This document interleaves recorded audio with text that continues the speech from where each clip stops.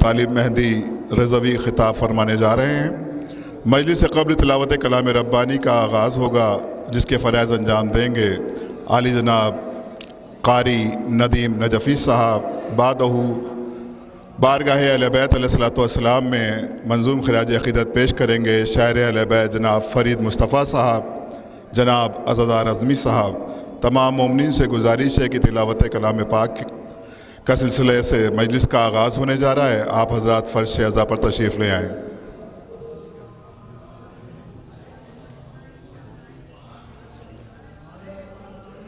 اور ایک اطلاع آپ تمام مومنین کو اور دینی ہے کہ انشاءاللہ مرحوم غلام عباس صاحب کے 40واں جو ہے انشاءاللہ 1 فروری کو ہوگا بروز سنڈے۔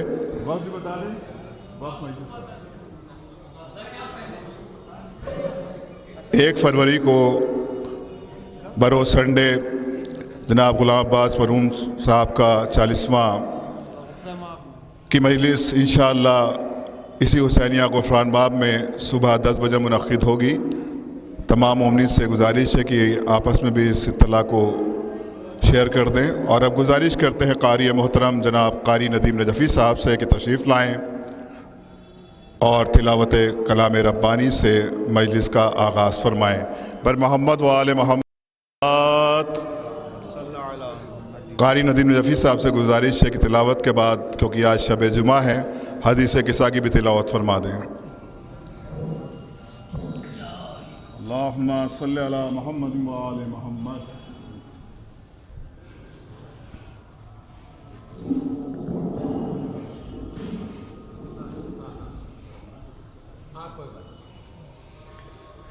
اللہم صلی علی محمد و آل محمد۔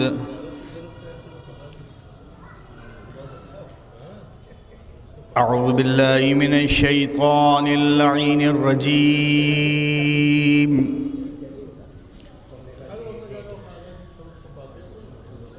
بسم اللہ الرحمن الرحیم۔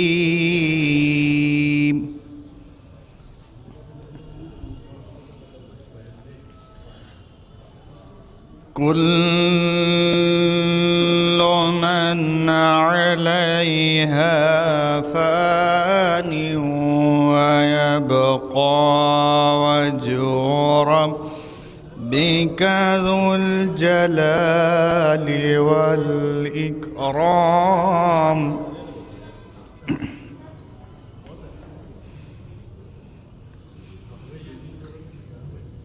فبأي آلاء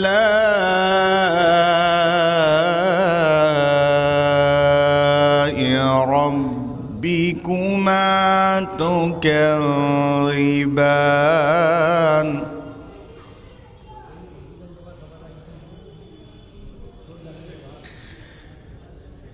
يسأله من في السماوات والأرض كل يوم هو في شأن، فبأي آلاء ربكما تكذبان؟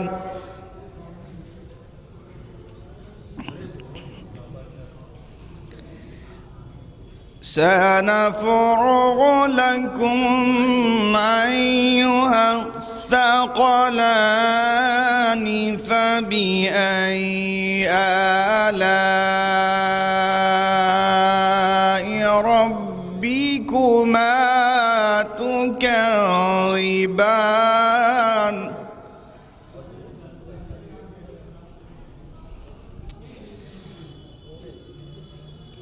يا معشر الجن والإنس إن استطعتم أن تنفذوا من أقطار السماوات والأرض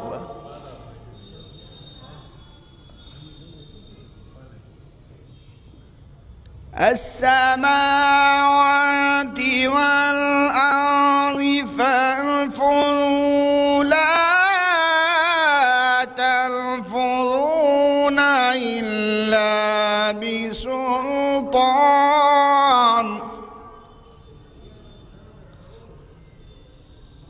فبأي آلاء ربكما تكذبان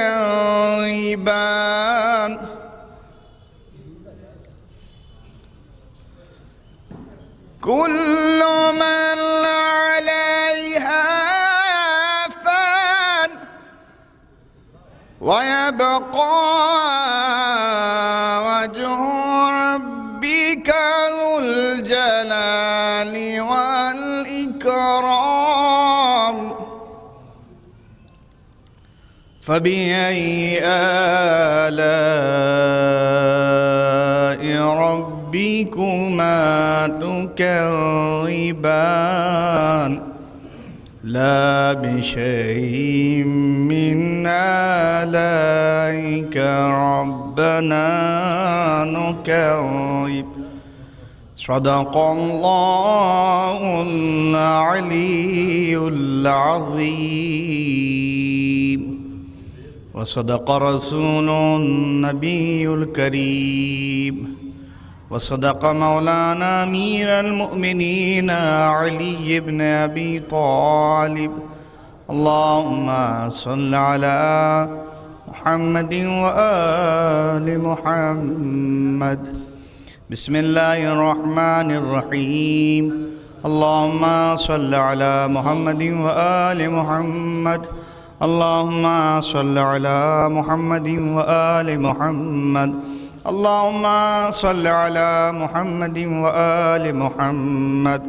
عن جابر بن عبد الله العنصاري عن فاطمة الزهراء سلام بنت رسول الله صلى الله عليه وآله قال سمعت فاطمة أنها قالت دخل علي أبي رسول الله في بعض الأيام فقال السلام عليك يا فاطمة فقلت عليك السلام قال إني أجد في بدن ضعفا فقلت له أعوذك بالله يا أبدا من الضعف فقال يا فاطمة ائتني بالكساء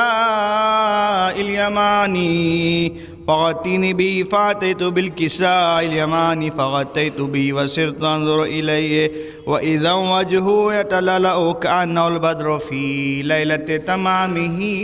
وكماله اللهم صل على محمد وآل محمد فما كانت إلا ساعة وإذا بولد الحسن قد أقبل وقال السلام عليك يا أمه فقلت عليك السلام يا قرة عيني وثمرة فؤادي فقال يا أمه إني أشم عندك راية طيبة كأنها راية جد رسول الله فقلت نعم من جدك تحت الكساء فأقبل أحسن نحو الكساء وقال السلام عليك يا جدة يا رسول الله يتآذن ولي أن أدخل معك تحت الكساء فقال عليك السلام يا ولدي ويا صاحب عوضي قد أذنت لك فدخل معه تحت الكساء فما كانت إلا ساعة وإذا بولد الحسين عليه السلام قد أقبل وقال السلام عليك يا أمه فقلت عليك السلام يا ولدي ويا قرة عيني وثمرة فؤادي فقال لي يا أمه وإني أشم عندك راية طيبة كان راية جد رسول الله صلى الله عليه وآله فقلت نعم إن جدك وقع تحت الكساء فدنا لسانه نحو الكساء وقال السلام عليك يا جدة السلام عليك يا من اختاره الله تأذن لي أن أكون معكما تحت الكساء فقال عليك السلام يا ولدي ويا شافع أمتي قد أذنت لك فدخل معهما تحت الكساء اللهم صل على محمد وآل محمد فأقبل عند ذلك أبو الحسن علي بن أبي طالب وقال السلام عليك يا بنت رسول الله فقلت عليك السلام يا أبا الحسن ويا أمير المؤمنين عليه السلام فقال يا فاطمة إني أشم عندك راية طيبة كان راية أخي ابن عمي رسول الله فقلت نعم ها هو معا ولديك تحت الكساء. فأقبل علي نحو الكساء وقال السلام عليك يا رسول الله يتأذن لي أن أكون معكم تحت الكساء. قال له عليك السلام يا أخي ويا وصي وخليفتي وصاحب لوائي قد أذنت لك. فدخل علي تحت الكساء. اللهم صل على محمد وآل محمد. ثم أتيت نحو الكساء وقلت السلام عليك يا أبتا يا رسول الله يتأذن لي أن أكون معكم تحت الكساء. قال وعليك السلام يا بنتي ويا أبتاتي قد أذنت لك. فدخلت تحت الكساء فلما اكتملنا جميعا تحت الكساء أخذ أبي رسول الله بطن في الكساء وأومى بيده اليمنى إلى السماء وقال اللهم إن هؤلاء أهل بيتي وقاصتي وحامتي لحمهم لحمي ودمهم دمي يؤلموني ما يؤلمهم ويحزنوني ما يحزنهم. أنا حرب لمن حاربهم وسلم لمن سالمهم وعدو لمن عاداهم ومحب لمن أحبهم. إنهم مني وأنا منهم. فجعل صلواتك وبركاتك ورحمتك وغفرانك ورضوانك علي وعليهم وعذب عنهم الرجس وطهرهم تطهيرا. اللهم صل على محمد وآل محمد. وقال الله عز وجل يا ملائكتي ويا سكان سماواتي إني ما خلقت سماء مبنية ولا أرضا مدهية ولا قمرا منيرا ولا شمسا مضية ولا فلكا يدور ولا بحرا يجري ولا فلكا يسري إلا في محبة هؤلاء الخمسة الذين هم تحت الكساء. اللهم صل على محمد وآل محمد. فقال أمين جبريل يا رب ومن تحت الكساء؟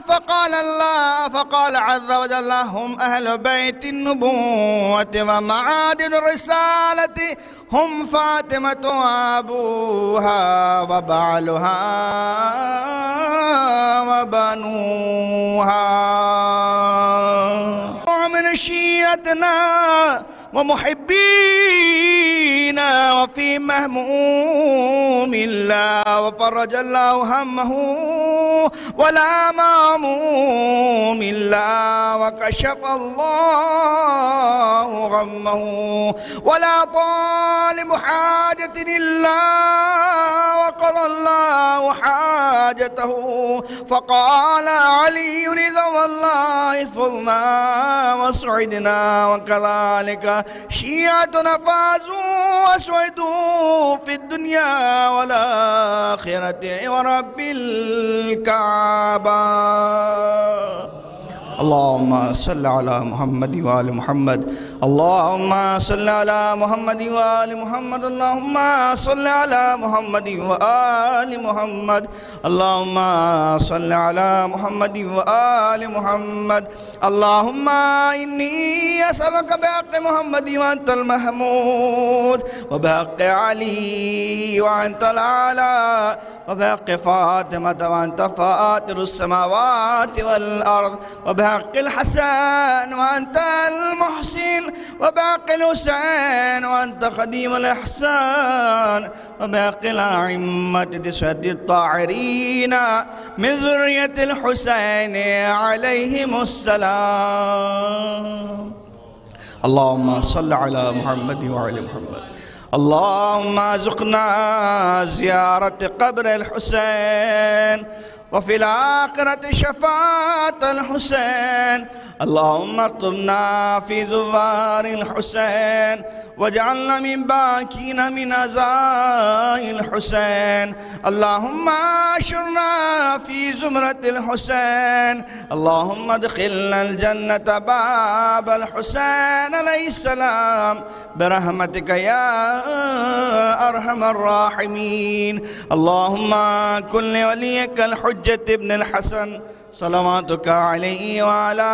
آبائه في هذه الساعة وفي كل ساعة وليا وحافظا وقائدا وناصرا ودليلا وعينا حتى تسكنه أرضك طوعا وتمتعه فيها طويلا برحمتك يا أرحم الراحمين. اللهم صل على محمد يا محمد. جزاک اللہ جناب قاری ندیم نجیفی صاحب. گزارش کی جاتی ہے شاعر اہل بیت جناب فرید مصطفیٰ صاحب سے کہ تشریف لائیں، بارگاہ اہل بیت علیہ الصلوۃ والسلام میں منظوم خراج عقیدت پیش کریں. بر محمد و آل محمد صلوات.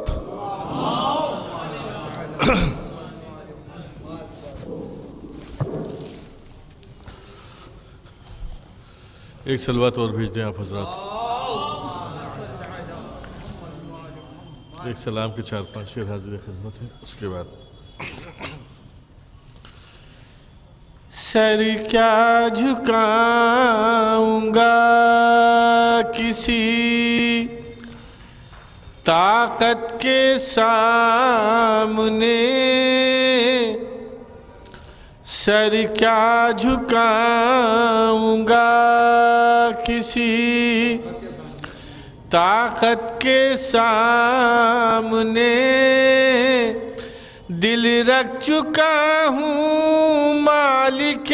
جنت کے سامنے،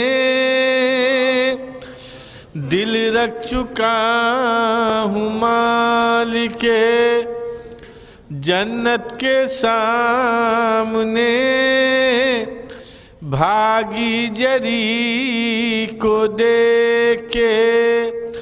دریا سے فوج شام، بھاگی جری کو دیکھ کے دریا سے فوج شام، ٹکتا کہاں ہے کوئی قیامت کے سامنے، ٹکتا کہاں ہے کوئی قیامت کے سامنے، گونگا یزید ہو گیا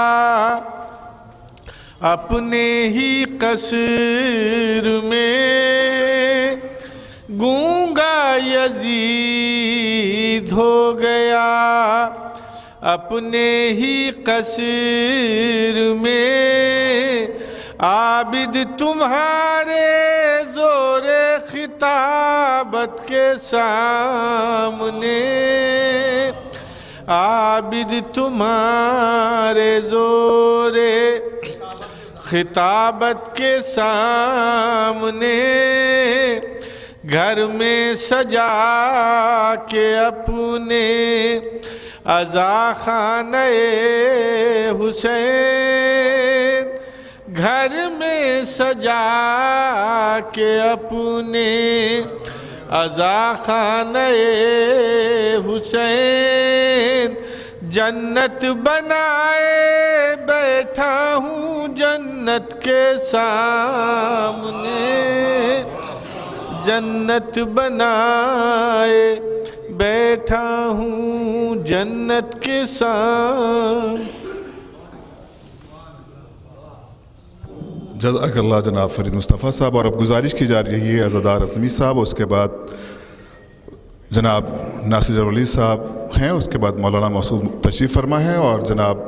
جو حضرات ابھی بھی باہر تشریف فرما ہیں ان سے گزارش ہے کہ فرش مجلس پر تشریف لیں. گزارش کرتے ہیں جناب عزادار اعظمی صاحب سے تشریف لائیں. بر محمد و آل محمد صلوات.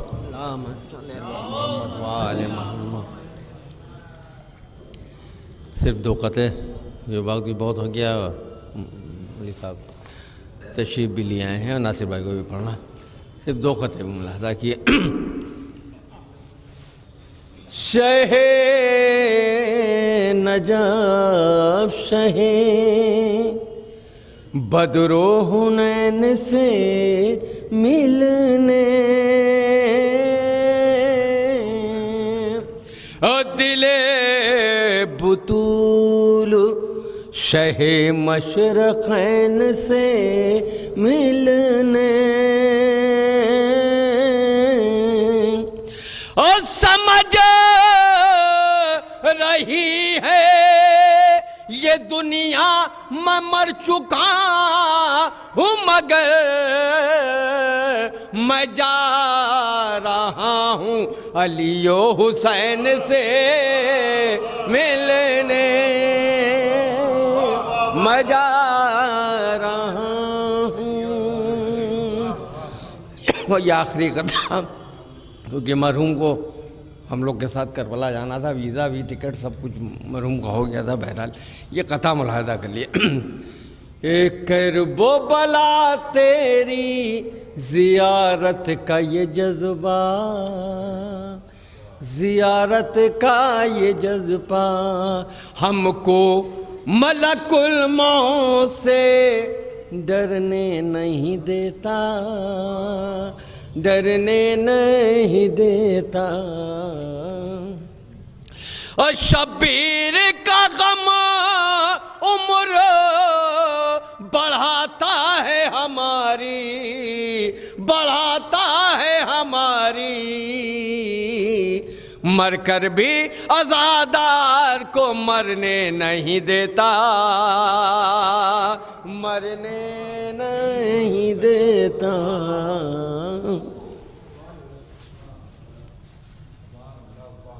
جزاک اللہ زدار اعظمی صاحب۔ اور گزارش کی جاتی ہے آخر میں جناب ناصر زرولی صاحب سے کو تشریف لائیں اور بارگاہ اہل بیت میں خراج عقیدت پیش کریں۔ بر محمد و آل محمد صلوات۔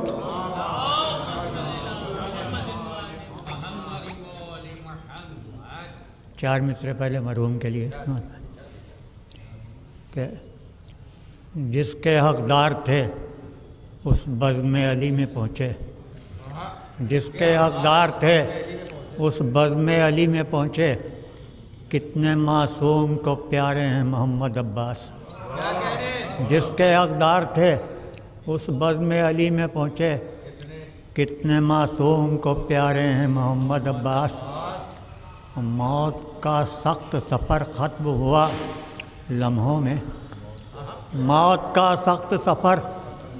ختم ہوا لمحوں میں، خلد کی سمت سدھارے ہیں محمد عباس۔ موت کا سخت سفر ختم ہوا لمحوں میں، خلد کی سمت سدھارے ہیں محمد عباس۔ اور چند شعر حضرت علیہ السلام کی شان میں کہ حر کا بعد شب عاشور زمانہ ہوگا، حر کا بعد شب عاشور زمانہ ہوگا، جس کا سورج نہ ڈھلے گا وہ سویرا ہوگا، جس کا سورج نہ ڈھلے گا وہ سویرا ہوگا، وہ اندھیروں سے ابھی نکلے گا سورج بن کر، وہ اندھیروں سے ابھی نکلے گا سورج بن کر، حق کے راستے میں ابھی حر کا اجالا ہوگا، حق کے راستے میں ابھی حر کا اجالا ہوگا۔ ہو کوئی جان کے حر دستے ہنر سرور کا، ہو کوئی جان کے حر دستے ہنر سرور کا، آئینہ اس کو بنا دے گا جو چہرہ ہوگا، آئینہ اس کو بنا دے گا جو چہرہ ہوگا۔ میزبانوں کو جو دے اپنے لہو کا تحفہ، میزبانوں کو جو دے اپنے لہو کا تحفہ، ایسا مہمان بھلا کس کے گھر آیا ہوگا، ایسا مہمان بھلا کس کے گھر آیا ہوگا۔ ہوگا نزدیک بہت جام شہادت پی کر، ہوگا نزدیک بہت جام شہادت پی کر، حر کا شبیر سے اب خون کا رشتہ ہوگا، حر کا شبیر سے اب خون کا رشتہ ہوگا۔ آخری شعر کہ حر یہ نیزے کی بلندی پر پہنچ کر بولا، حوری نیزے کی بلندی پر پہنچ کر بولا سر در شہ پر جھکے گا تو قد اونچا ہوگا۔ حوری نیزے کی بلندی پر پہنچ کر بولا سر در شہ پر جھکے گا تو قد اونچا ہوگا۔ جزاک اللہ محترم ناصر جرولی صاحب۔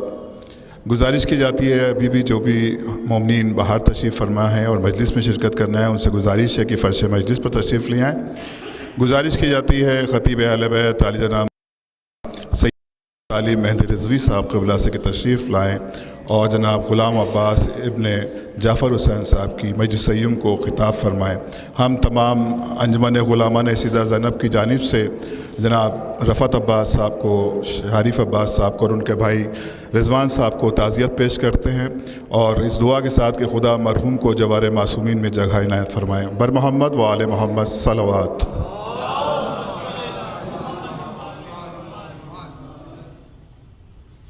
اب حضرات سے گزارش ہے کہ ایک مرتبہ سورہ حمد اور 3 مرتبہ سورہ اخلاص کی تلاوت فرما کے مرحوم و مغفور غلام عباس ابن جعفر حسین مرحوم کی روح کو شاد فرما دیں۔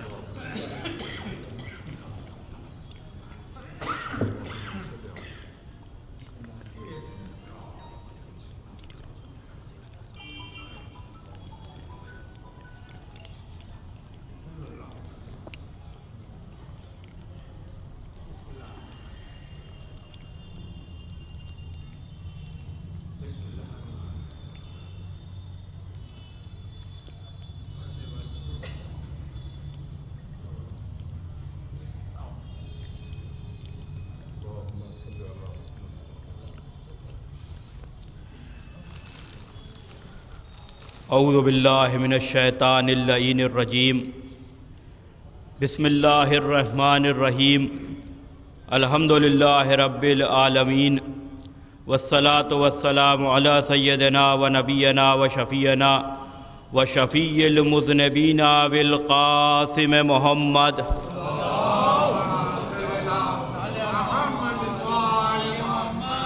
و آلہ الطیبین الطاہرین المعصومین المظلومین ولعنت اللہ علی اعدائہم اجمعین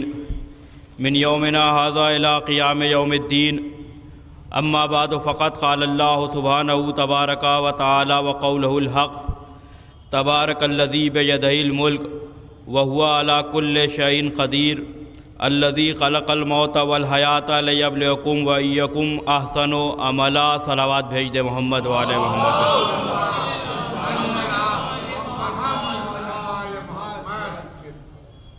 اس وقت اس مجلس ایصال ثواب کو کہ جو ایک مرحوم و مغفور کے سیم کے عنوان سے برپا ہوئی ہے، اور ابتدا میں ہی میں یہ بات کہہ دوں کہ مرحوم کی جہاں رہائش تھی، مجھے نہیں یاد ہے کہ میں نے کوئی مجلس پڑھی اور میں نے مرحوم کو فرش عزا پہ اس علاقے میں نہ دیکھا ہو۔ یعنی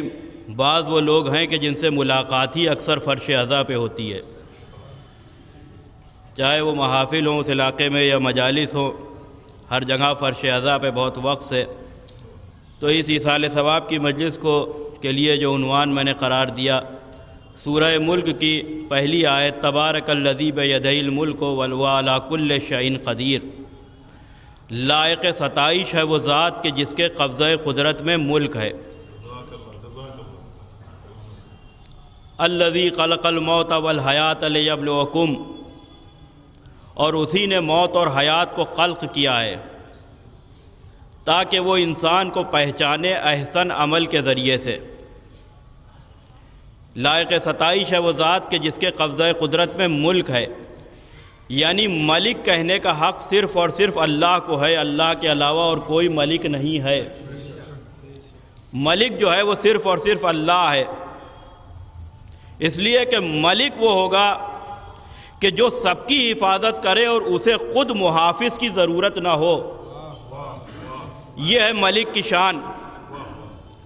اسلامی تاریخ میں خود چاہے ہندوستان کی وہ تاریخ دیکھ لیجئے کہ جس میں مسلم حکمراں گزرے ہیں، یا آج بھی وہ اسلامی ممالک کے جہاں بادشاہ اپنے کو ملک کہلا رہے ہیں، حالانکہ ان کے خوف کا عالم یہ ہے کہ خود وہ اپنے سائے سے بھی ڈرتے ہیں۔ مگر اپنے کو ملک کہلوا رہے ہیں کہ ہم ملک ہیں، جبکہ قرآن مجید کا بہت واضح اعلان ہے کہ ملک صرف اور صرف اللہ ہے،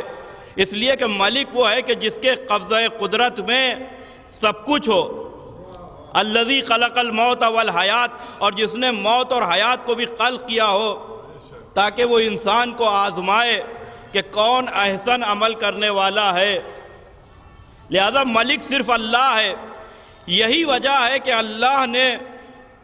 ان لوگوں کو کہ جنہیں اپنی صفات کا مظہر بنایا، انہوں نے بھی کبھی اپنے کو ملک نہیں کہلوایا۔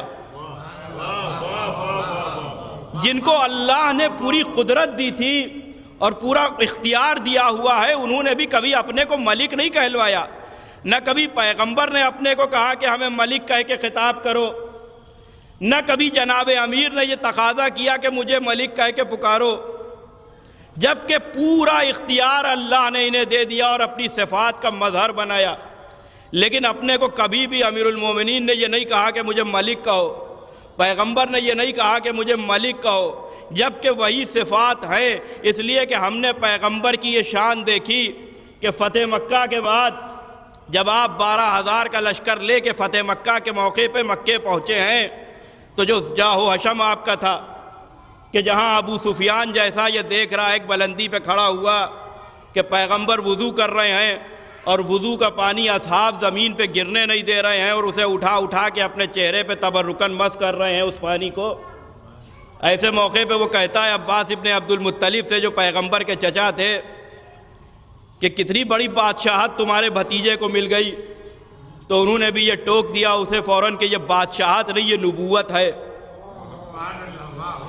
اور پیغمبر کی شان یہ ہے کہ جب مکے پہنچے آپ اور ایک شخص آپ سے ملاقات کرنے کے لیے آیا، تو ظاہر ہے کہ جو پیغمبر کا جاہ و حشم اور جو روب تھا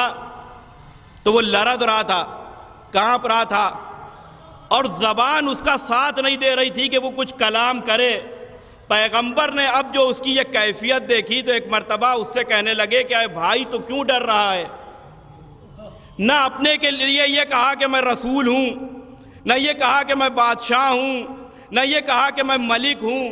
اور نہ اپنا نسبی تعارف کرایا کہ میں عبد المطلب کا پوتا ہوں، میں عبداللہ کا بیٹا ہوں، میں ابو طالب سردار قریش کا بھتیجا ہوں،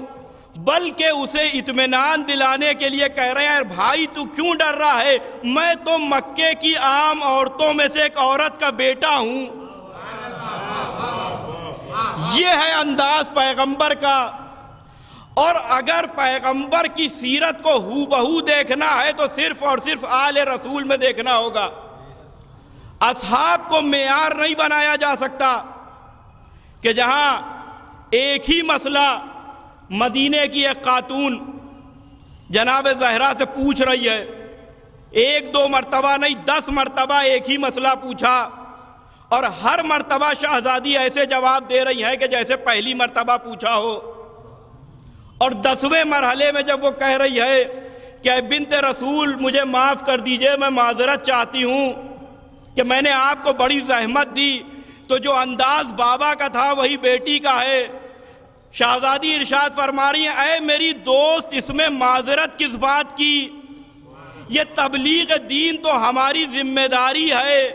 عزیزان گرامی اس موقع پہ میرا دل چاہتا ہے کہ ایک جملہ رک کے ضرور کہوں گا میں کہ کاش وہ لوگ کہ جو ممبر پہ آتے ہیں اور جنہوں نے تبلیغ کا بیڑا اٹھا رکھا ہے تو وہ سیرت محمد و آل محمد کو پڑھ لیں، اس لیے کہ اگر پڑھ لیں گے تو کبھی تبلیغ میں سخت الفاظ کا استعمال نہیں کریں گے۔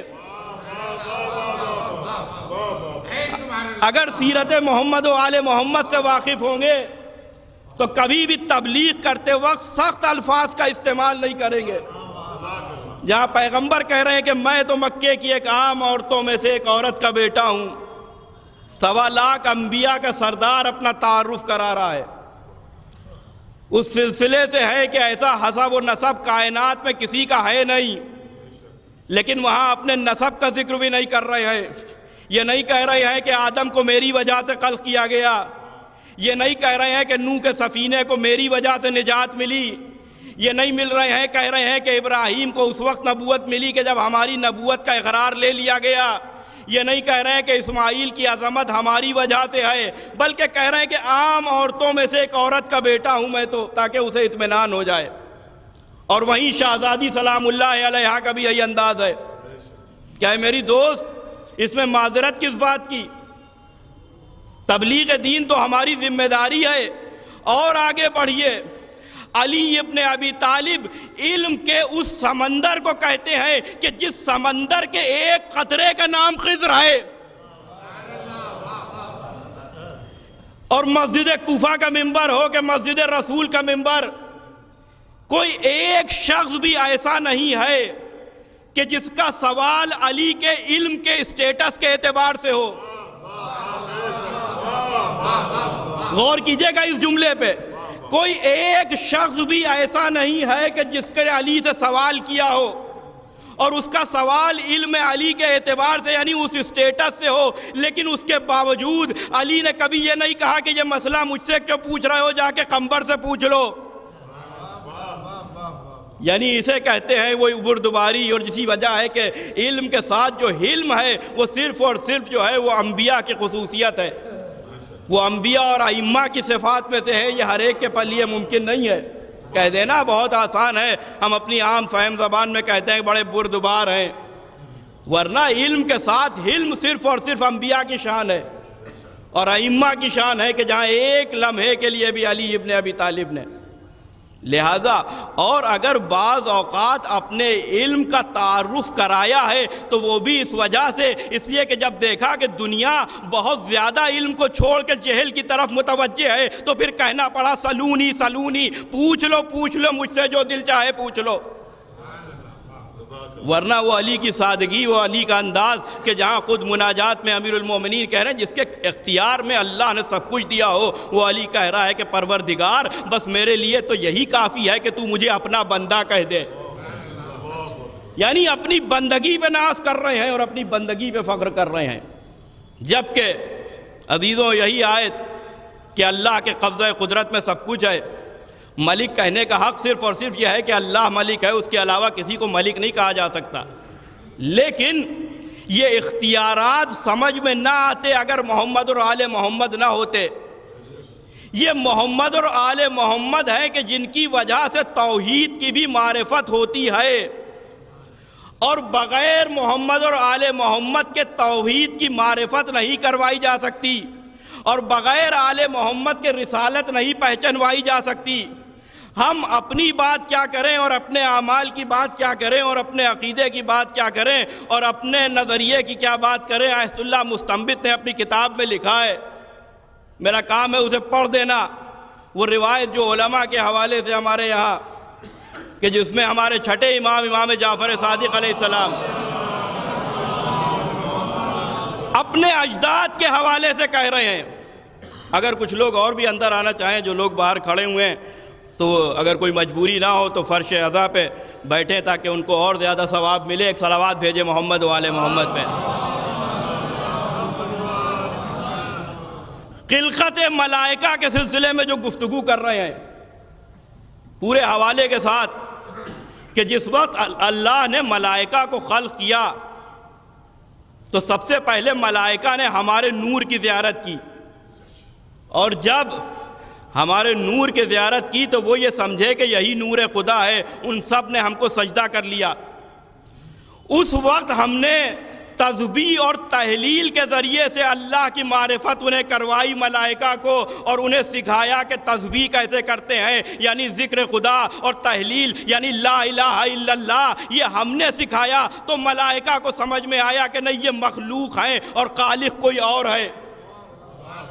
یعنی اگر محمد اور آل محمد تعارف نہ کراتے تو ملائکہ انہی کے نور کو نور خدا سمجھ رہا تھا۔ عزیزوں، جب میں نے یہ روایت پڑھی تو مجھے برجستہ خطیب اکبر یاد آ گئے۔ کیا خوبصورت جملہ انہوں نے کہا، وہ کہتے ہیں آل محمد آپ کا شکریہ کہ آپ نے ملائکہ کو تسبیح سکھا دی، ورنہ یہ دنیا انہیں بھی نصیری کہہ دیتی۔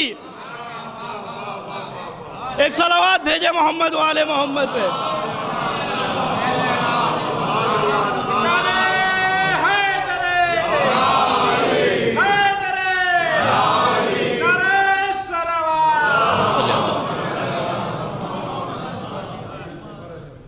یہ بزرگوں کا اس لیے نام لے لیتا ہوں تاکہ اس لیے کہ حالات بہت پرآشوب ہیں، نہ جانے کس کس طرح سے مجلسیں پڑھی جا رہی ہیں، تاکہ کم سے کم چھوٹے بھائیوں کو یہ معلوم رہے کہ منبر کا معیار کیا تھا۔ اس لیے کہ منبر صرف اور صرف فضائل محمد اور آل محمد کے لیے ہے، اور اسی فضائل میں پورا دین سمٹا ہوا ہے، کچھ الگ نہیں ہے۔ تبلیغ دین کرنا ہے تو فضائل محمد اور آل محمد کے ذریعے سے کیے جائیں۔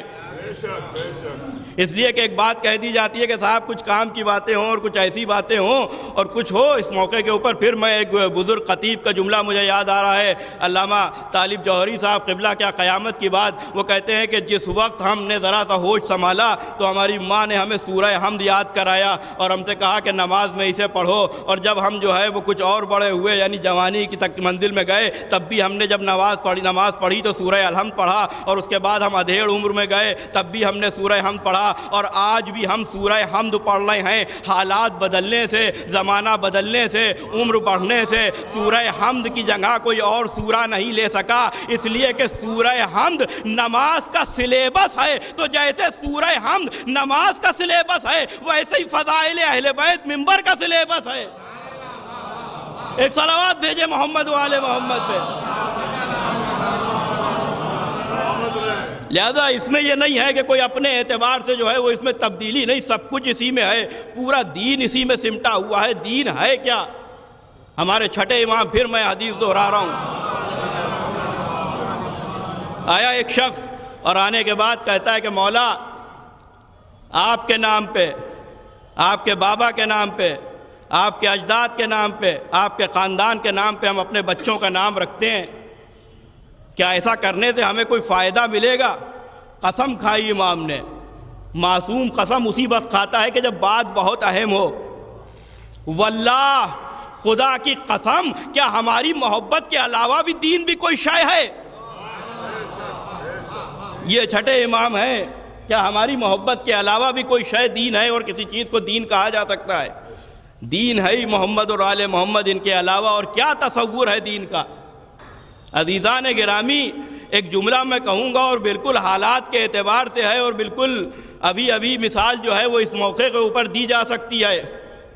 سوشل میڈیا پہ ممبروں سے قوم کی کمیاں گنانے والے ذرا کچھ خوبیاں بھی تو دیکھیں، اس لیے کہ کل کی وہ رات گزری ہے کہ جب دنیا کی ساری قومیں لہو و لعب میں اور موسیقی میں اور گناہوں میں تھیں، تو اس وقت ہم نے دیکھا کہ آغا باقر میں بھی مناجات ہو رہی ہے، درگاہ میں بھی ظاہر ہیں، وہاں عراق میں بھی لوگ انتظار کر رہے ہیں کہ ہم زیارت کے لیے نجف جائیں۔ تو اس قوم کی خوبیاں بھی تو بتاؤ کہ جب پوری دنیا گناہوں میں مصروف تھی تو صرف اور صرف وہ اہل بیت کے چاہنے والے تھے کہ جو بارگاہوں میں عبادت کر رہے تھے، اور وہ اپنے نئے سال کو زیارت، نئے سال کا آغاز زیارت سے کر رہے تھے۔ تو خوبیاں بھی تو بیان ہوں، اس لیے کہ کمیاں بیان کرنا بہت آسان ہے، اور اس لیے بھی کمیاں بیان کرنا بہت آسان ہے کہ اس میں اپنا کچھ جاتا نہیں ہے۔ جبکہ سب سے زیادہ جس شے کا حکم دیا گیا ہے وہ تزکیہ نفس، انسان خود اپنے نفس کا تزکیہ کرے اور اپنے کو دیکھے کہ ہم کہاں پہ ہیں، بجائے اس کے کہ دوسروں کے عیوب اور دوسروں کے عیبوں کو جو ہے وہ بیان کرے اور زبردستی اپنی طرف سے۔ اس لیے کہ بہت آسان ہے کہہ دینا کہ فلاں جو ہے وہ بے عمل ہے، بہت آسان ہے کہہ دینا کہ وہ نماز نہیں پڑھتے، بہت آسان ہے کہہ دینا کہ وہ عبادت نہیں کرتے۔ عزیزان گرامی، یہ چیزیں بہت آسان ہیں، لیکن یہ انہی کے لیے آسان ہے کہ جنہوں نے سیرت اہل بیت کو نہیں پڑھا۔ یہ چیزیں بہت آسان ہیں ان کے لیے کہ جنہوں نے سیرت اہل بیت کو نہیں پڑھا ہے، وہ کسی کے اوپر کوئی بھی الزام لگا سکتے ہیں۔ لہذا صرف اور صرف اپنی گفتگو کو آپ کو آمادہ کرنے کے لیے چند چیزیں، اس لیے کہ اس مہینے کی تو اتنی مناسبتیں ہیں کہ اگر صرف ہر مناسبت کے اعتبار سے گفتگو کی جائے پھر بھی وقت بہت کم ہو جائے گا اور بات مکمل نہیں ہو سکے گی، جس لیے کہ ظاہر ہے کہ بہت دیر گفتگو نہیں کرنا ہے اور وقت کے اندر مجلس تمام ہو جائے گی۔ جتنی مناسبتیں ہیں، خود رجب کے سلسلے میں ماہ رجب کے لیے جو مناسبت ہے، آپ مفاتیح الجنان میں حاشیے پہ پڑھیے کس قدر رجب کے فضائل بیان کیے گئے ہیں۔ چھٹے امام نے اور دیگر ائمہ نے خود پیغمبر کے حوالے سے، اور یہ بہترین ایصال ثواب ہے اس لیے کہ میرا اپنا ذاتی طریقہ یہ ہے کہ میں ایصال ثواب کی مجلسوں میں یہ نہیں کہتا کہ وہ جو موت و حیات پہ گفتگو ہوتی ہے وہ حق نہیں، سب کچھ حق ہے، لیکن ایصال ثواب یعنی ہم اپنے مرحومین کو تحفہ پیش کر رہے ہیں، تحفہ بھیج رہے ہیں۔ لہذا شریف آدمی کا کام یہ ہے کہ جب کسی کو تحفہ دے تو اپنی حیثیت کے اعتبار سے سب سے بڑا تحفہ دے، اور ذکر محمد اور آل محمد سے بڑا کچھ نہیں ہے۔ دلیل یہ ہے کہ کل ہے روز جمعہ، اعمال کی ایک لمبی فہرست ہے، لیکن ان اعمال میں بھی سب سے افضل عمل یہ ہے کہ محمد اور آل محمد پہ صلوات بھیجی جائے۔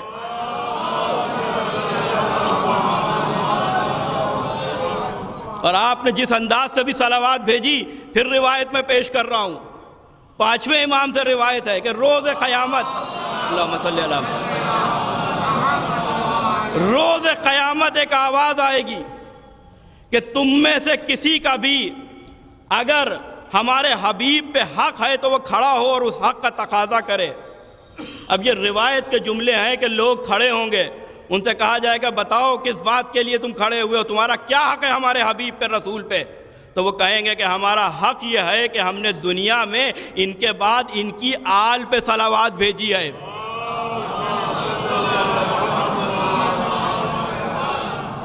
اب ادھر سے جواب آئے گا کہ پھر ٹھیک ہے، صرف تم ہی نہیں بلکہ جاؤ میدان محشر میں تلاش کرو، جس نے ذرا سا بھی تمہارے ساتھ سلوک کیا ہو اس کا ہاتھ پکڑو اور اسے بھی لے کے جنت میں چلے جاؤ۔ معاف کیجئے، بہت غور سے میں نے روایت پڑھی کہ یہی کہیں گے لوگ کہ آپ کے بعد آپ کی اولاد پہ صلوات بھیجی۔ بہت کوشش کی کہ کہیں مجھے لفظ اصحاب بھی مل جائے، وہ صلوات جو مسلمانوں کے رائج ہے، جو مقابلے کے لیے لائی گئی ہے، اس لیے کہ صحابیت کو پیغمبر کے ساتھ کسی مسئلے میں شریک اس لیے نہیں کیا جا سکتا کہ صحابی چاہے کتنا ہی بلند منزل پہ کیوں نہ فائز ہو، لیکن اگر صحابی ہے تو معصوم نہیں ہے۔ اگر صرف صحابی ہے تو معصوم نہیں ہے، اور معصوم نہیں ہے تو سب برابر نہیں ہے، سب برابر نہیں ہے۔ لہذا وہ ایک الگ سلسلہ ہے کہ جن کے لیے صلوات کا حکم ہے، کہ جن کے اوپر وہ محمد اور آل محمد کا ان کے مقابلے پہ کسی کو نہ لایا جائے۔ یہ تو دنیا کا تعصب ہے، جانتے سب ہیں، دنیا کا تعصب ہے کہ ادھر ہم نے ذکر محمد اور آل محمد کیا، ادھر مقابلے پہ کچھ اور لوگوں کو لے آئے۔ ہم نے جناب خدیجہ اور جناب زہرا کی عظمت بیان کی، مقابلے پہ کچھ لوگوں کو لے آئے۔ ہم نے حسن اور حسین کی عظمت بیان کی، مقابلے پہ لے آئے۔ ہم نے امیر المومنین کے فضائل پڑھے، مقابلے پہ کچھ لوگوں کو لے آئے۔ ایک جملہ کہہ دوں، ایسا نہیں ہے کہ یہ جو مقابلے پہ لا رہے ہیں یہ جانتے نہیں ہیں، نہیں جانتے سب ہیں، جانتے سب ہیں، لیکن پھر حدیث کا سہارا لینا پڑے گا کہ جہاں پیغمبر کہہ رہے ہیں کہ اللہ جب کسی کے ساتھ نیکی کرنا چاہتا ہے تو اس کے دل میں علی کی ولایت اور علی کی محبت ڈال دیتا ہے۔ صلوات بھیجے محمد و آل محمد پہ۔ تو جانتے سب ہیں، لیکن یہ جان بوجھ کے ایسا نہیں ہے کہ یہ عظمت محمد اور آل محمد سے واقف نہیں ہیں۔ دیکھیے ظاہر سی بات ہے کہ مسلسل بہت سی جگہ آپ حضرات و سب مومنین شرکت کر رہے ہیں۔ مومنین کیا بہرحال یہ رجب کا مہینہ ہے، شادیوں کا زمانہ ہے۔ نکاح کے بعد ایک دعا جو ہے وہ متفقہ علیک ہے، اسے غور سے سنیے گا۔ متفقہ علیک ہے، وہ ایسا نہیں ہے کہ صرف ہمارے یہاں ہے اور دوسروں کے یہاں نہیں، سب کے یہاں ہے۔ جب نکاح ہو جاتا ہے تو مولوی دعا کرتا ہے پروردگار تجھے اس محبت کا واسطہ کہ جو آدم اور حوا کے درمیان تھی، تجھے اس محبت کا واسطہ کہ جو ابراہیم اور ہاجرہ کے درمیان تھی، تجھے اس محبت کا واسطہ کہ جو محمد اور خدیجہ کے درمیان تھی۔ یوں آپ جناب خدیجہ کی کوئی فضیلت پڑھیے، مقابلے پہ کسی کو ضرور لے کے آئیں گے، لیکن یہ مولوی بڑا سیانہ ہے، اس موقع پر خدیجہ کے علاوہ کسی اور کا نام نہیں لیتا، اس لیے کہ جانتا ہے کہ مبارک موقعوں پر منحوس نام نہیں لیے جاتے ہیں۔ صلوات بھیجے محمد و آل محمد پہ۔ یوں آپ کوئی فضیلت بیان کیجئے مقابلے پہ، ارے وہ بھی تو ایسی تھیں، امیر المومنین کے فضائل بیان کیجئے، لے کے نکال کے سامنے سے لائیں گے۔ لہذا عزیزان گرامی، رجب کے فضائل میں کہ جہاں ارشاد فرما رہے امام کہ رجب جنت کی نہروں میں سے ایک نہر ہے، جنت کی نہروں میں سے ایک نہر ہے کہ جس کا پانی دودھ سے زیادہ سفید، شہد سے زیادہ شیریں میٹھا ہے، اور جو کوئی بھی رجب میں ایک روزہ اس مہینے میں رکھے گا، ایک روزہ رکھے گا، تو اسے اس پانی سے سیراب کیا جائے گا، جہنم اس کے اوپر حرام ہے، وہ غضب خدا سے دور ہو جائے گا۔ پیغمبر کے حوالے سے یہ روایت و یہ حدیث بیان کی ہے چھٹے امام نے کہ رجب ان تمام مہینوں پر سے زیادہ افضل ہے فضیلت کے اعتبار سے۔ اب یہاں کے اوپر کوئی یہ نہ کہے کہ وہ مہینہ نہیں، اور بھی مہینے ان کی بھی بڑی عظمت ہے، یہاں کوئی کمپیریزن ہم اپنی طرف سے نہیں کر رہے ہیں، یہاں کوئی کمپٹیشن نہیں ہے۔ یہاں اگر کسی کی فضیلت ہم بیان کرتے تو اس کا مطلب یہ نہیں ہے کہ ہم کسی کو کم کر رہے ہیں، نہیں، جو پیغمبر نے ارشاد فرمایا کہ تمام مہینوں سے افضل ہے رجب فضیلت کے عنوان سے، ایک روزہ جس نے رکھا اس پہ جہنم حرام ہے۔ آخری ایام کے لیے خصوصیت کے ساتھ ہے کہ جس نے روزہ رکھا اس کا بھی بہت زیادہ ثواب ہے۔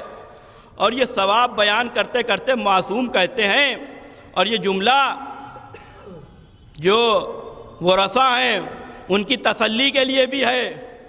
کہ جو بھی مومن یعنی چاہنے والا رجب کے مہینے میں دنیا سے گزرے گا پھر اس کا حساب و کتاب نہیں ہے، پھر فشار قبر نہیں ہے، سوال و جواب نہیں ہے، چاہنے والا۔ اسی لیے میں نے یہ شرط اس لیے کہ چاہنے والا، اور چاہنے والے کی شان کیا ہے تو وہ بھی سن لیجئے۔ اور اگر فضائل اہل بیت سنیے اور لبوں پہ تبسم آ جائے تو واجب نمازوں کے ساتھ 2 رکعت شکرانے کی پڑھ لیا کریے۔ اس لیے کہ چھٹے امام اللہم صلی علی محمد، راوی کہتا ہے کہ اپنے بازو کو پکڑے ہوئے ایک مخلوط مجمع، عام مجمع بیٹھا ہوا تھا، ایک مرتبہ تقریر کرتے کرتے اپنے بازو کو پکڑا اور اس کے بعد قسم کھا کے کہتے ہیں کہ یہ گوشت رسول کا گوشت ہے، یہ ہڈیاں رسول کی ہڈیاں ہیں،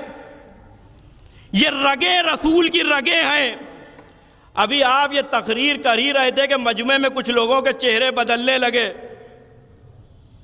مجمع میں کچھ لوگوں کے چہرے بدلنے لگے۔ چھٹے امام تقریر کر رہے ہیں، وہ امام کے جو صادق ائمہ کے درمیان جس کا لقب مخصوص صادق ہے، اور اس مجمع میں بھی لوگوں کے چہرے بدل رہے ہیں۔ آج ہم سے لوگ کہتے ہیں صاحب مجلس ایسی پڑھ دیجئے کہ جو سب کے سمجھ میں آ جائے، تو ہم کیا، ہماری حیثیت کیا، ہماری زبان کیا؟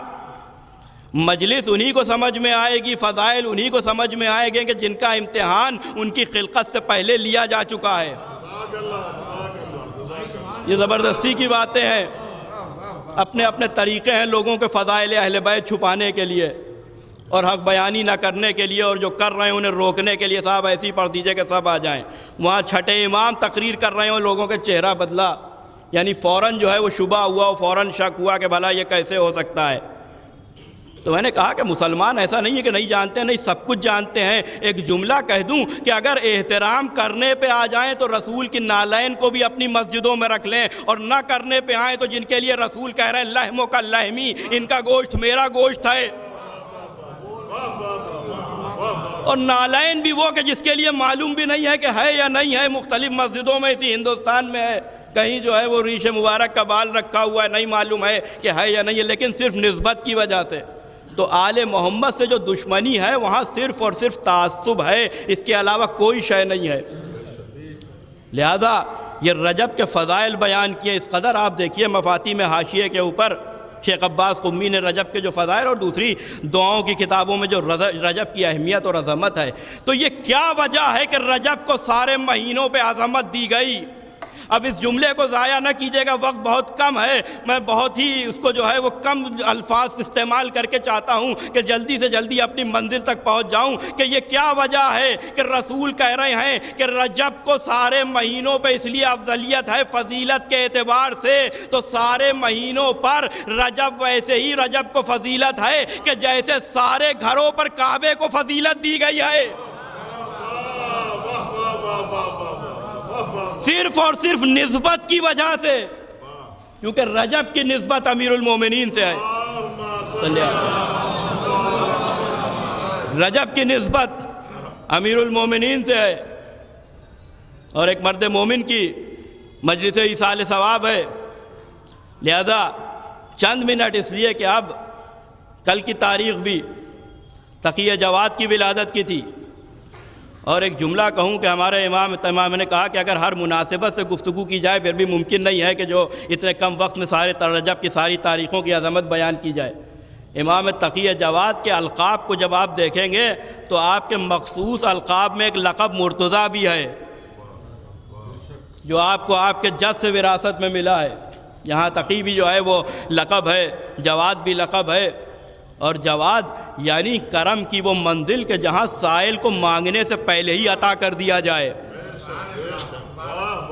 یہاں سائل کو مانگنے سے پہلے ہی جو ہے وہ عطا کر دیا جائے۔ اور امام تقی جواد کے لیے چند جملے صرف کہ جنہوں نے امام تقی جواد کی ولادت امام رضا کے گھر میں ویسے ہی ہے کہ جیسے پیغمبر کے گھر میں ایک انتظار کے بعد جناب زہرا کی ولادت ہے۔ صرف اشارے کر رہا ہوں، سمجھنا آپ کا کام ہے۔ وہاں بھی کہہ رہے تھے کہ ان کی تو نسل ہی ختم ہو گئی، ان کے بعد تو ان کا کوئی وارث نہیں ہوگا، اور یہاں بھی امام رضا سے کہا جا رہا ہے آپ کے تو کوئی فرزند ہی نہیں ہے، آپ کیسے امام ہیں، آپ کے بعد تو کوئی وارث ہی نہیں ہے۔ لہذا جیسے وہاں اطمینان کے لیے سورہ کوثر ہے، ویسے یہاں بھی اگر سورہ کوثر پڑھا جائے، دونوں جگہ ایک ہی کیفیت ہے، وہاں بھی تانے دیے جا رہے تھے اور یہاں بھی تانے دیے جا رہے ہیں۔ اور 195 ہجری میں امام تقی جواد کی ولادت ہے، اللہم صلی علی محمد و آل محمد، اور 198 ہجری میں امام رضا کا وہ عظیم سفر ہے طوس کی طرف، خراسان کی طرف۔ لیکن کیفیت یہ ہے کہ جب مسجد میں داخل ہوئے تو امام کے ایک بھائی ممبر پہ بیٹھے تھے جن کی ریش مبارک سفید تھی۔ اب جو امام تقی جواد کو دیکھا تو ایک مرتبہ احترام میں ممبر سے اتر گئے۔ ہر طرح کے لوگ ہوتے تھے نا، کسی نے کہا کہ یہ بچہ ہیں اور آپ ان کے احترام اتنا کیا کہ ممبر سے اتر گئے۔ کہا جو میں جانتا ہوں وہ تم نہیں جانتے ہو، اس سفید داڑھی پہ نہ جاؤ، بلکہ ان کو جو اللہ نے علم دیا ہے اس کا مقابلہ کوئی نہیں کر سکتا ہے، یعنی عمر پہ نہ جاؤ، جو علم اللہ نے انہیں دیا ہے۔ اور یہی وجہ ہے کہ 8 برس کی عمر میں امام تقی جواد نے جو اپنے علم کا مظاہرے کیے ہیں امام رضا کی شہادت کے بعد، تاریخ میں وہ مناظرے موجود ہیں۔ وہ واقعہ کہ جہاں مامون سے کہا جا رہا ہے کہ اپنی بیٹی کا عقد ان سے کر رہے ہو، عالم کے مقابلے پہ جو لفظ ہے اسے استعمال کیا گیا ہے، لیکن ہر وہ شے جو لکھی ہو وہ اہل بیت کے لیے پڑھ نہیں دینا چاہیے۔ الفاظ میں احتیاط کی بہت ضرورت ہوتی ہے۔ دنیا میں تو لوگ بڑے محتاط ہوتے ہیں، ذرا سے کسی کو دیکھا کہ عہدہ ہے، بہت آپ جناب و تہذیب، اور اہل بیت کے مسئلے میں جو ہے جو لکھا ہے بس وہ ہم نے پڑھ دیا۔ لہذا عالم کے مقابلے پہ جو لفظ ہے اسے استعمال کیا کہ یہ 8 برس کا بچہ اور اپنی بیٹی سے تم منسوب کر رہے ہو، عقد کر رہے ہو۔ تو مامون نے بھی سخت دشمن تھا، یعنی باپ کا قاتل تھا، لیکن اس کے باوجود کہا کہ ان کے علم کا مقابلہ تم سب مل کے بھی نہیں کر سکتے۔ یعنی یہ بالکل ویسے ہی ہے کہ جیسے مدینے میں صدر اسلام میں سب علی کے دشمن تھے، لیکن اس کے باوجود علی کے علم کے اتنا قائل تھے کہ ہر موقع پہ کہتے تھے کہ اگر علی نہ ہوتے تو میں ہلاک ہو جاتا۔ ویسے ہی یہاں بھی کہا جا رہا ہے، مامون کہہ رہا ہے کہ آزما لو، آزمانا ہے تو۔ لایا گیا یحییٰ ابن اقسم، 90 برس کے عمر کا ایک بوڑھا جو سب سے زیادہ پڑھا لکھا اس میں شمار ہوتا تھا ان کے درمیان، اسے لایا گیا اور کہا کہ ان سے سوال کرو۔ تو اس نے اپنے اعتبار سے فقہ کا جو سب سے سخت ٹاپک ہے کفارات اور میراث، یہ 2 چیپٹر جو ہیں وہ فقہ میں بہت سخت۔ کسی نے پوچھا کہ آپ کے بعد امام کون ہوں گے ہمارے، آپ کا وارث کون ہے؟ کہا مدینے میں میرا بیٹا تقی جواد۔ مولا وہ بہت کم سن ہے۔ جواب دیا کہ عیسیٰ تو گہوارے میں اپنی نبوت کا اعلان کر رہے تھے، یحییٰ تو 8 برس کی عمر میں نبی ہو گئے تھے، تو اگر اللہ کی حکمت ہے کہ وہ جب چاہے اپنے عہدیدار اپنے نبی یا امام کو جس موقع پہ چاہے وہ علم دے دے اور منصب دے دے، نبوت دے دے، امامت دے دے، یہ اس کی حکمت ہے کہ عیسیٰ گہوارے میں اعلان کر رہے ہیں، اور جو فخر عیسیٰ ہے اسے 40 برس تک روک کے رکھا گیا کہ اعلان نہ کیجیے۔ لہذا یہ اللہ کی حکمت ہے، اس میں کون سے شک کی بات ہے اور اس میں کون سی ایسی بات ہے کہ تمہیں شک ہو؟ لہذا امام تقی جواد کی ولادت کے موقع سے، اور پھر بس آخر کلام میں ادھر تشریف لے آئے، صلوات بھیجے محمد و آل محمد پہ۔ آخر کلام میں وہ مناسبت کہ جو اب وہ عظیم رات کل آ رہی ہے، یعنی کائنات کا امیر اور اس کی آمد کی تاریخ اب قریب ہے، یہی وہ تاریخ ہے۔ ارشاد فرمایا کہ ان قریب وہ بت شکن آنے والا ہے، وہ نور اپنی ساری منزلیں طے کرتا ہوا آخری منزل تک پہنچ چکا ہے، اور وہ جناب امیر کا کہ خانہ کعبہ میں ولادت اور وہ عظمت جناب امیر کی، یہ اور بات ہے کہ یقیناً میں نے اب اس سے پہلے بھی یہ بات کہی کہ دنیا کے تمام گھروں سے افضل ہے اللہ کا گھر، لیکن یہ ابو طالب کے بیٹے کی ولادت کی وجہ سے کعبے کا شرف ہے، ورنہ علی تو جس جگہ پیدا ہوتے اسی کو کعبہ کہا جاتا، اور اس کی دلیل یہ ہے انا و علی من نور واحد، میں اور علی ایک ہی نور سے ہیں، پیغمبر نے کہا ہے، لہذا ایک ہی نور سے ہیں تو مرتبے میں بھی برابر ہیں، فضیلت میں برابر ہیں، کسی اعتبار سے اگر ایک کو دوسرے سے کم سمجھا جائے تو یہ عدل خدا پہ بات چلی جائے گی۔ لہٰذا یہ ابو طالب کا گھر بھی کعبے سے عظمت کے اعتبار سے کسی بھی اعتبار سے کم نہیں تھا، اس لیے کہ اگر کعبے میں علی کی ولادت ہے تو ابو طالب کے گھر میں سردار انبیاء کی ولادت ہے، لہذا یہ علی ہے۔ ایک صلوات بھیجے محمد وآل، کہ جنہوں نے کعبے کو شرف بخشا۔ اور میں نے کہا کہ نسبت کا احترام، بس آخر کلام میں نسبت کا احترام ہے۔ یہ رجب اگر سارے مہینوں سے افضل ہے پیغمبر کہہ رہے ہیں تو یہ علی کی نسبت کی وجہ سے، اس لیے کہ نسبت کا احترام ہوتا ہے دنیا میں، نسبت کا احترام ہوتا ہے، اور یہ آل محمد ہیں کہ جو بھی شے ان سے منسوب ہو جائے اس کی عظمت بڑھ جاتی ہے، اس کی اہمیت بڑھ جاتی ہے۔ نسبت کا اتنا احترام ہوتا ہے کہ کعبے کا احترام علی کی وجہ سے، علی کی نسبت کی وجہ سے، رجب کی عظمت علی کی نسبت کی وجہ سے۔ ویسے ہی عزیزان گرامی کچھ نسبتیں امام حسین علیہ السلام سے ہیں، اور حسین تو اس کریم ابن کریم کو کہتے ہیں کہ اس وقت اب نہیں ہے کہ عظمت امام حسین پہ کچھ گفتگو کر سکوں، لیکن حسین تو اس کریم ابن کریم کو کہتے ہیں کہ اگر کوئی سواری کوئی جانور حسین کے ذوالجناح سے منسوب ہو جائے تو اس کی عزت اتنی زیادہ بڑھ جاتی ہے کہ ابھی ذرا سا وہ نظروں سے اوجھل ہو گیا تو ہر جگہ دعائیں ہو رہی تھیں کہ ذوالجناح مل جائے، میڈیا پہ بھی خبریں آ رہی تھیں کہ امام حسین کی سواری کا گھوڑا، اسی نسل سے بعض لوگ، بہرحال وہ الگ چیزیں ہیں، لیکن صرف اور صرف امام حسین کی سواری سے نسبت ہے تو اتنا احترام ہے، اتنی عظمت ہے۔ اور جب میں نے یہ واقعہ پڑھا تو پھر ذرا سے میں نے تاریخ کی ورگردانی کی، اور واقعہ مجھے یاد آیا کہ جب سرکار باب الحوائج میدان میں آئے اور انہوں نے دیکھا کہ مارد ایک گھوڑے پہ بیٹھا ہوا ہے تو مارد کو قتل کیا اور اس گھوڑے کو اپنے قبضے میں لیا، اس لیے کہ یہ گھوڑا ساوات مدائن میں امام حسن سے چوری کیا گیا تھا، یعنی امام حسن کی سواری تھی، مارد کو قتل کیا اور گھوڑے کو لیا اور امام حسین کی خدمت میں لے لے جا کے اس گھوڑے کو پیش کر دیا، لیکن یہاں پہ ایک جملہ کہے بغیر آگے نہیں بڑھوں گا۔ یہ عباس ہیں، یہ سرکار باب الحوائج ہیں، یہ اہل بیت کے مددگار ہیں، یہ امام حسن کے ناصر ہیں، یہ امام حسین کے ناصر ہیں۔ جب امام حسن کی سواری کے گھوڑے کو چوری کرنے والا عباس کے غضب سے نہیں بچ سکا تو نام حسین سے منسوب جاگیریں بیچنے والے عباس کے غضب سے کیسے بچ جائیں گے؟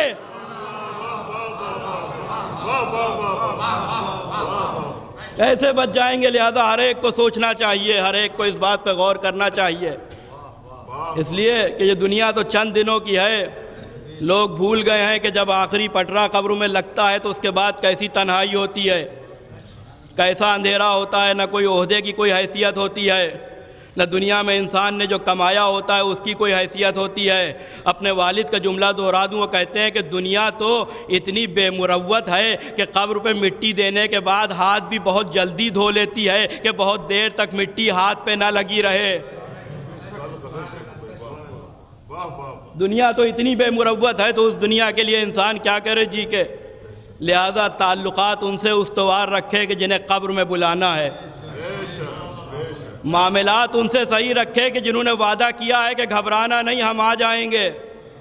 اس لیے کہ بہت سخت موقع ہوتا ہے، چاہے وہ جس وقت روح جسم سے ملک الموت قبض کرنے کے لیے آئے وہ موقع ہو، یا قبر کی وہ پہلی رات اول شب کہ جس کی تنہائی ہو، جس کا اندھیرا۔ لہذا ہر موقع کے لیے کہا ہے کہ گھبرانا نہیں کہ ہم آ جائیں گے۔ ہاں عزیزوں، ایک مرد مومن دنیا سے رخصت ہو گئے، زائر امام حسین۔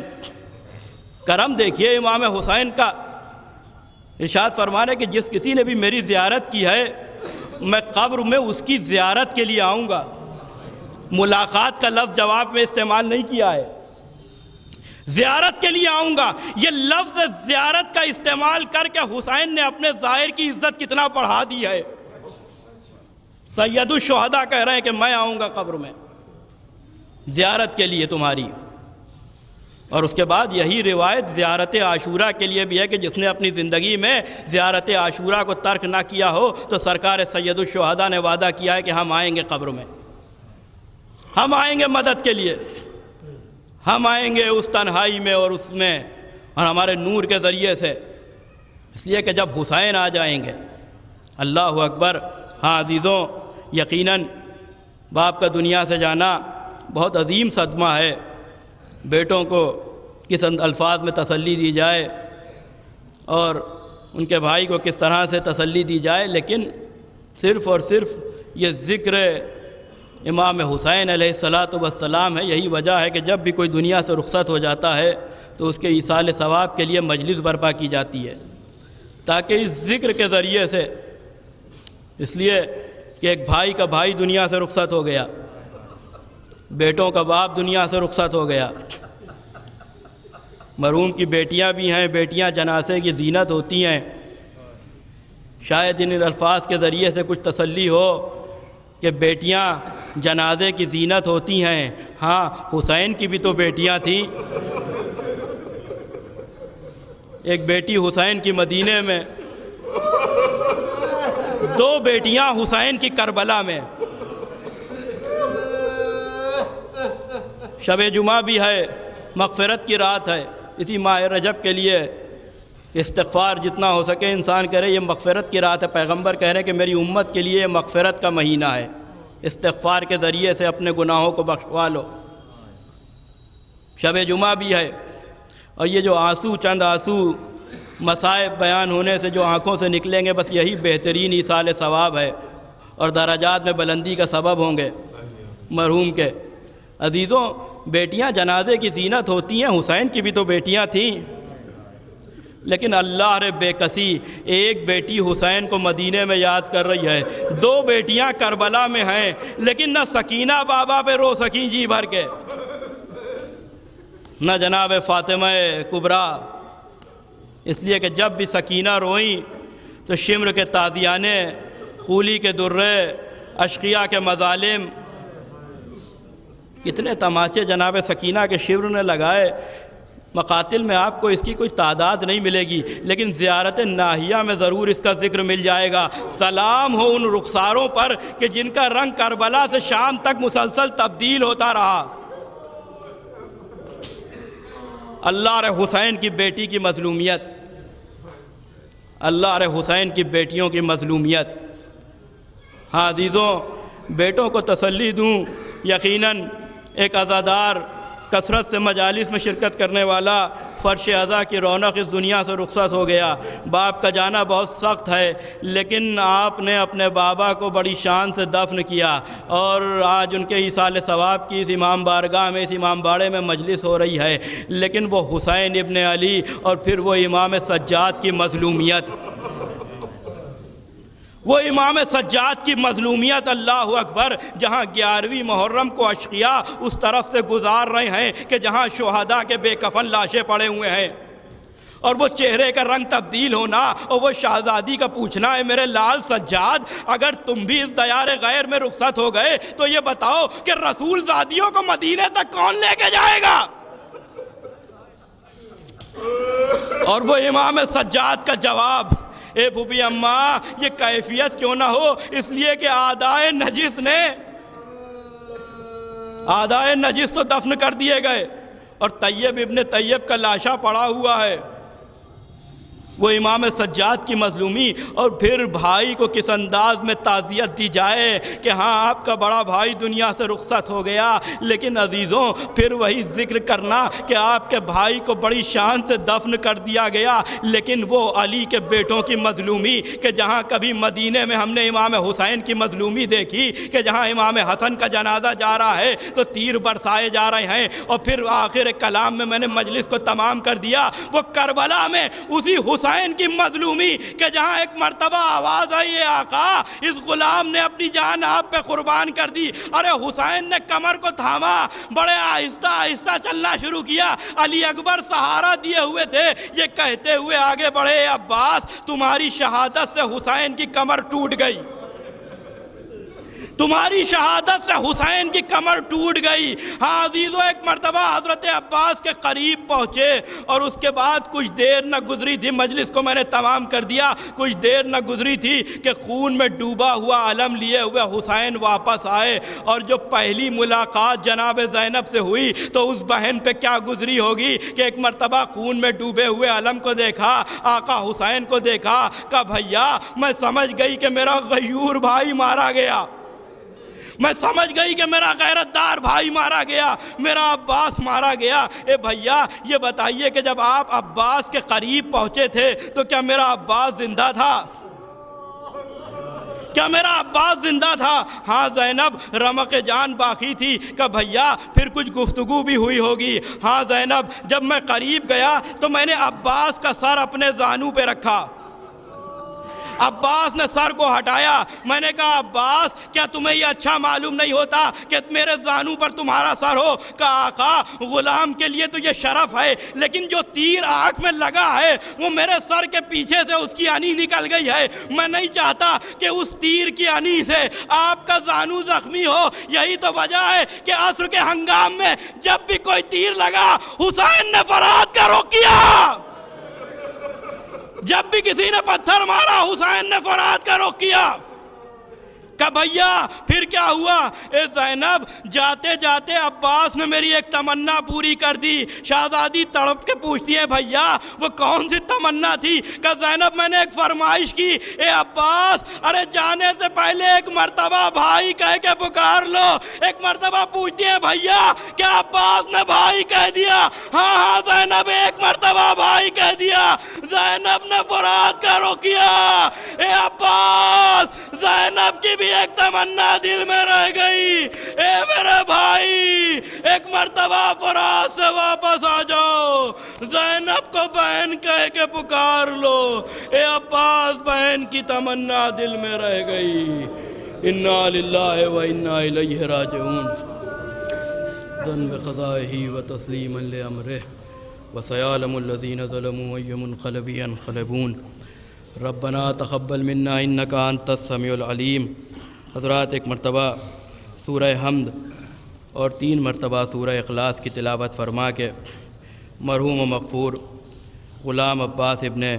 جعفر حسین مرحوم کی روح کو شاد فرما دیں۔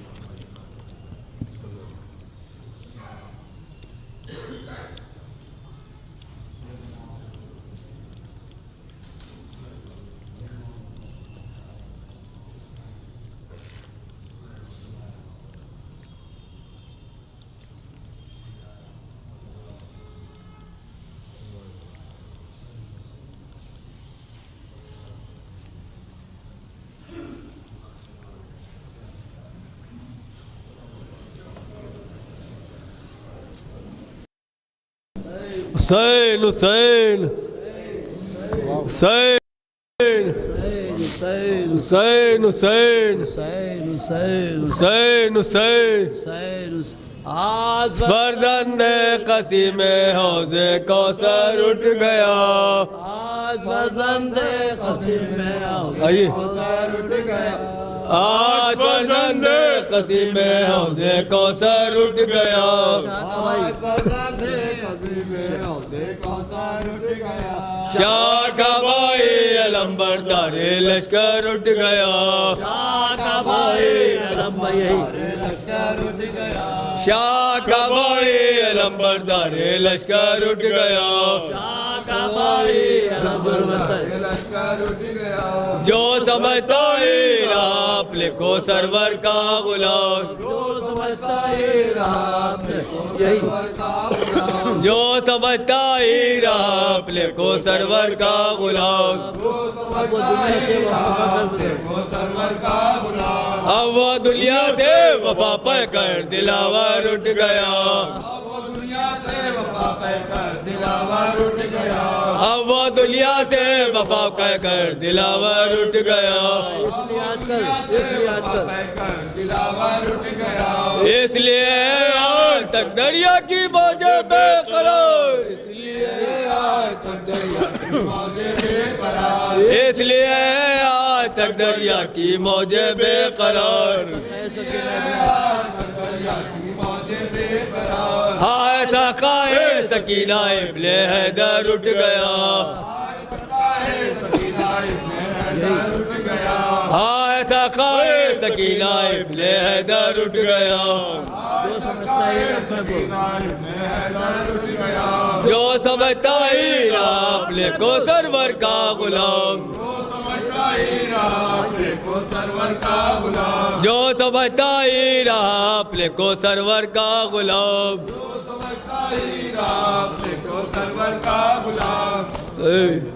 ایک بار ذرا سینے پہ سو جاؤ سکینہ، ایک بار ذرا سینے پہ سو جاؤ سکینہ، ہم جاتے ہیں مرنے کو چلی آؤ سکینہ، ایک بار ذرا سینے پہ سو جاؤ سکینہ، ایک بار ذرا سینے سے سو جاؤ سکینہ،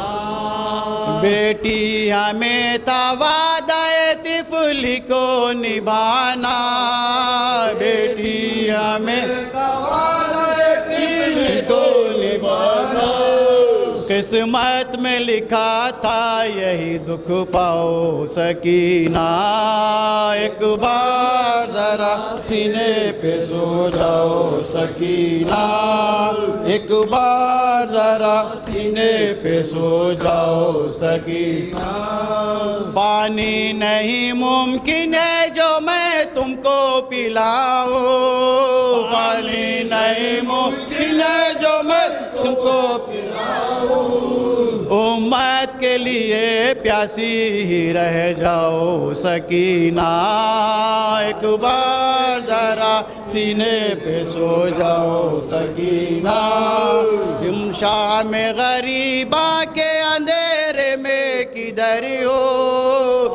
شام غریبا کے اندھیرے میں کدھر ہو،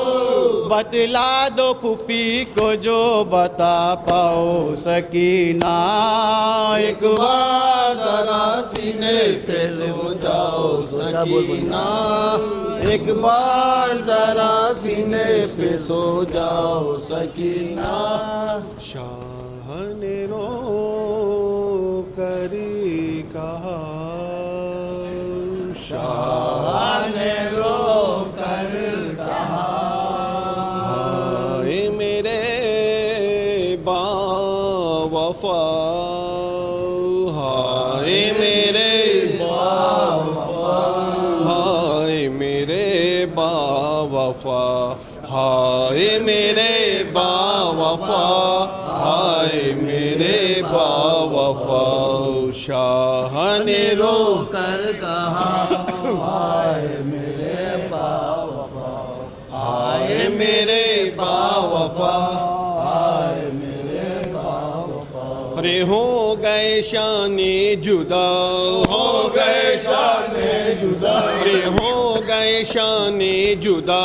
ہو گئے شان جدا ارے مشک چھدی خوب بہا ارے مشک چھدی خوب بہا ارے گرز بھی سری پر لگا ظلم یہ کیسا ہوا ظلم یہ کیسا ہوا شاہ نے رو کر کہا ہائے میرے با وفا ہائے میرے با وفا ہائے میرے با وفا ارے آنکھیں تو کھولو ذرا آنکھیں تو کھولو ذرا ارے منہ سے تو بولو ذرا منہ سے تو بولو ذرا ارے خیمے میں ہو لو ذرا خیمے میں ہو لو ذرا ارے مل کے تو رو لو ذرا مل کے تو رو لو ذرا شاہ نے رو کر کہا ہائے میرے با وفا ہائے میرے با وفا